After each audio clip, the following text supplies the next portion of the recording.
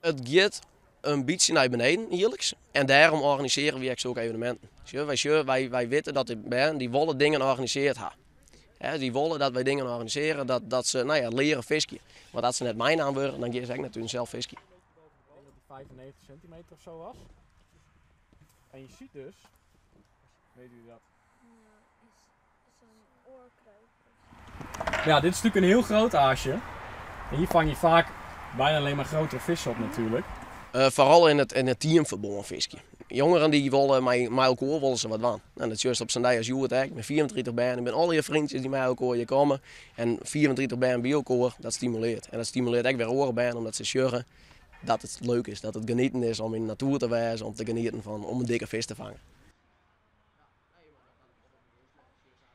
Omdat steeds meer jongeren gaan op mobiel en gamen en zo. Dus misschien heeft dat iets te maken mee. En hoe krijgen we die jongerij nou van het gamen wij hierheen, naar het wetten toe? Zulke evenementen organiseren. Dus dit zal wel helpen? Ja, ik denk het wel. Ja. En wat hoopst te leren, Joert? Hoe je vasthoudt en dat soort dingen.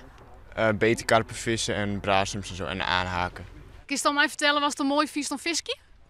Nou, het is lekker rustig en als het een visvangst is het altijd wel mooi.